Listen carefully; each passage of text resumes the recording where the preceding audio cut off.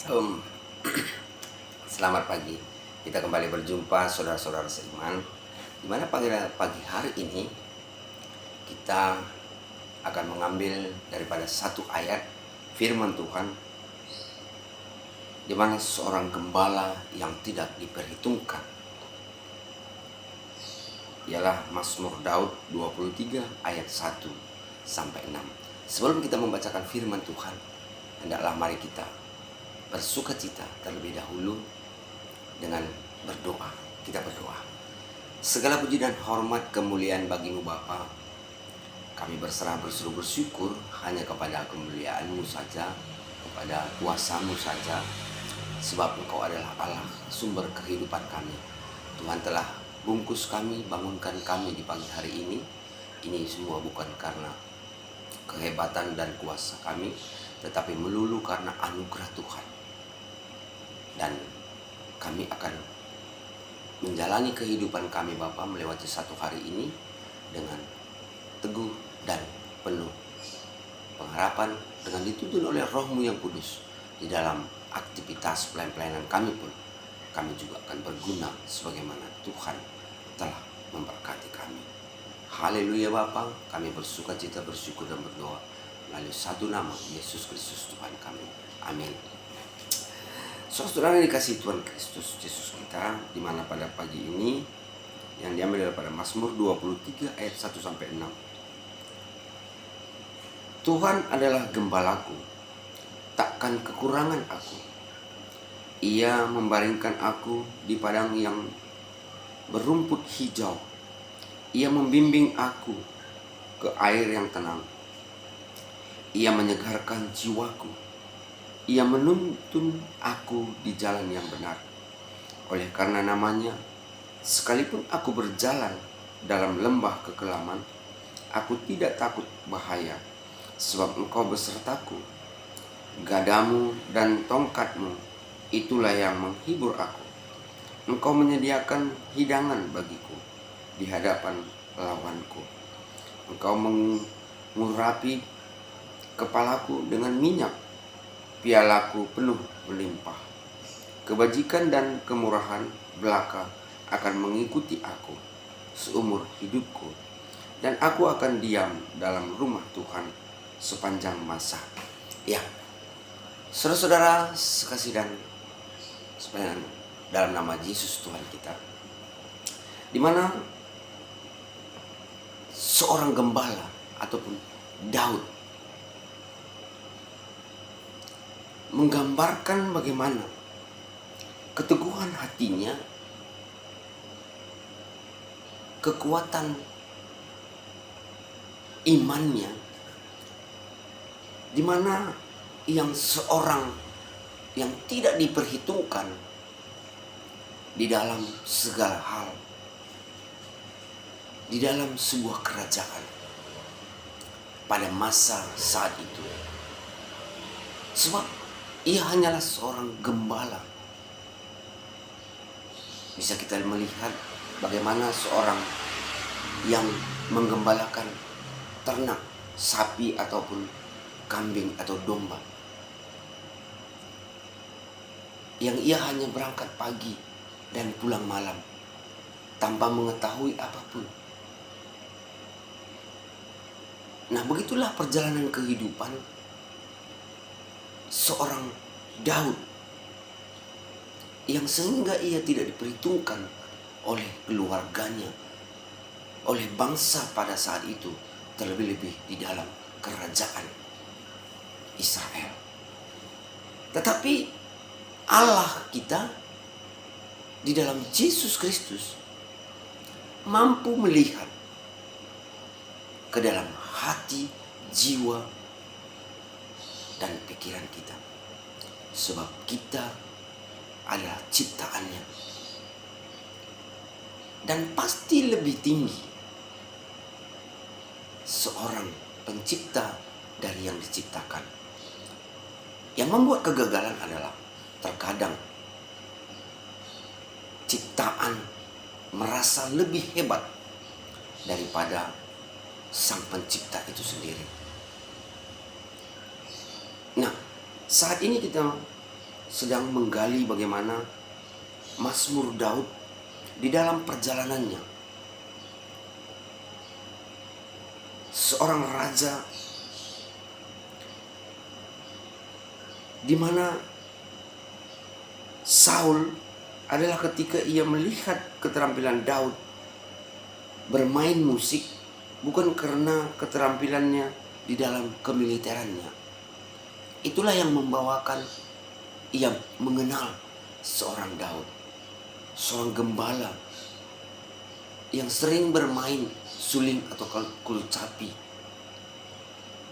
di dalam mengawal, menjaga saat ia menggembalakan.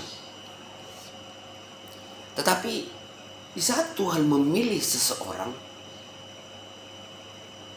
perubahan itu pasti akan terjadi, sebab ada di situ kuasa Roh Allah bekerja di dalam diri orang yang mau mengandalkan Yesus di dalam hidupnya dan seturut dengan kehendaknya. Nah, pada saat itu maka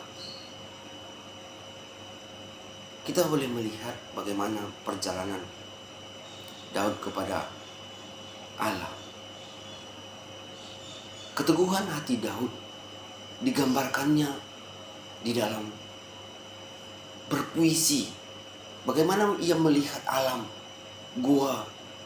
Bagaimana ia mengaplikasikan seorang pengembala domba yang dipilih Tuhan. Dengan begitu, Daud berusaha menjadikan Allah sebagai pusat kehidupan tanpa menghiraukan keadaan sekitar. Apakah khususnya ia sedang merasa dihibur Allah atau ditinggal dengan semena-mena? Nah, ia menggambarkan seorang gembala atau seorang domba, pemimpin domba. Kita boleh melihat kalau domba berjalan, maka yang depan akan lompat ke jurang, maka domba itu semuanya akan lompat ke jurang.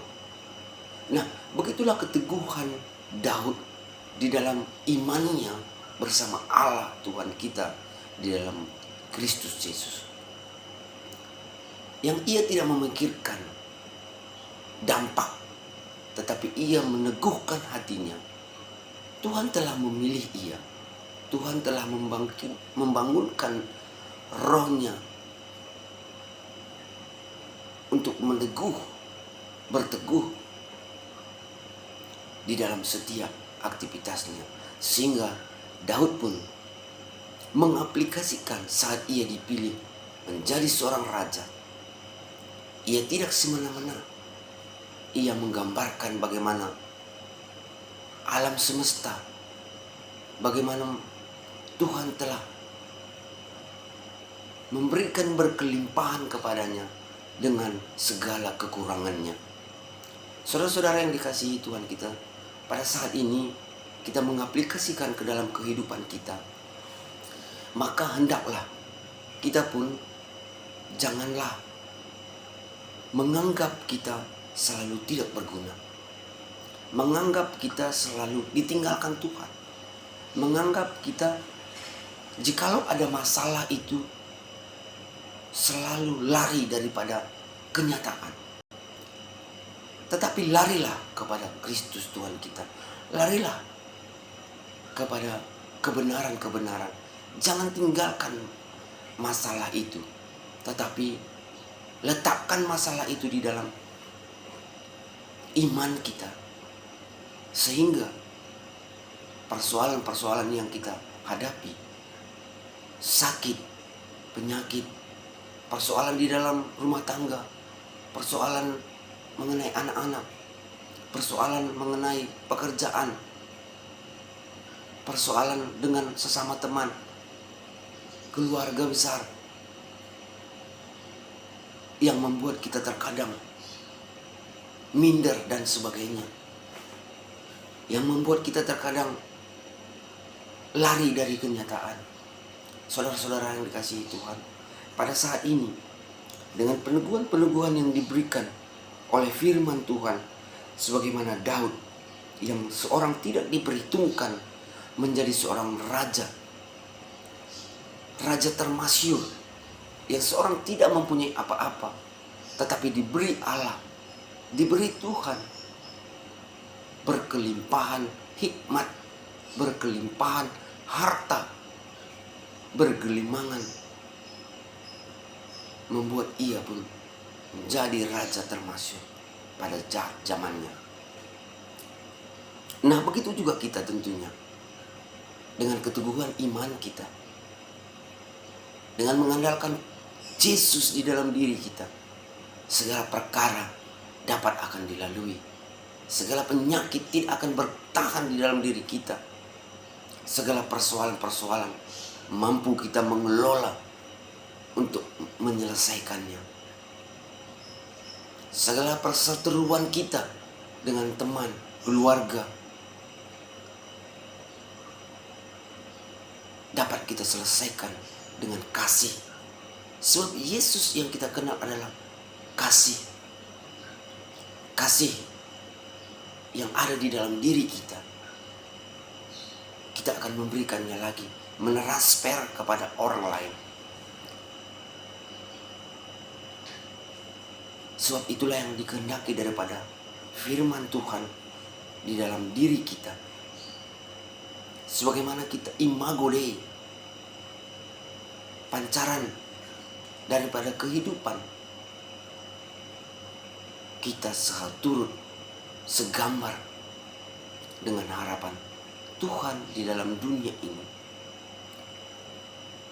Sebab pengenalan Daud mengenai Allah yang ia menyerahkan bagaikan domba tadi, di mana seorang domba akan lompat ke jurang dengan tidak memikirkan apapun, mengikuti pemimpinnya. Begitu juga kita. Bapa kita adalah Bapa yang luar biasa. Bapa yang selalu menyediakan yang terbaik bagi kita. Tetapi satu hal, Bapa kita adalah orang yang menyerahkan kepada kita kembali. Apakah kita mau mengikuti jiwa kita? Apa kita mau merespon kuasa Tuhan, pimpinan Tuhan untuk memimpin diri kita di dalam keteguhan bersama Tuhan kita?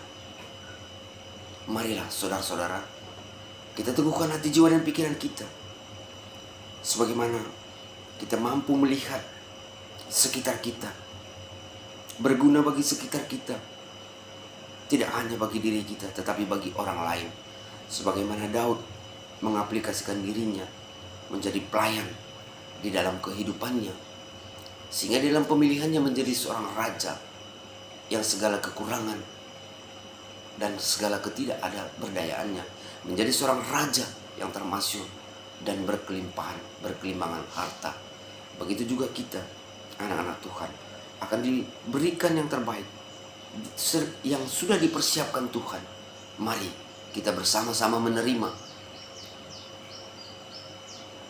dan kita bersama-sama menikmatinya. Terima kasih, Tuhan Yesus sungguh baik yang telah memberkati kita. Amin. Kita bersatu kembali dalam doa. Segala kemuliaan hanya bagi-Mu Bapa. Kami percaya dengan kuasa Tuhan, kami percaya dengan tuntunan Tuhan, dan kami pun akan meneguhkan hati kami Bapa.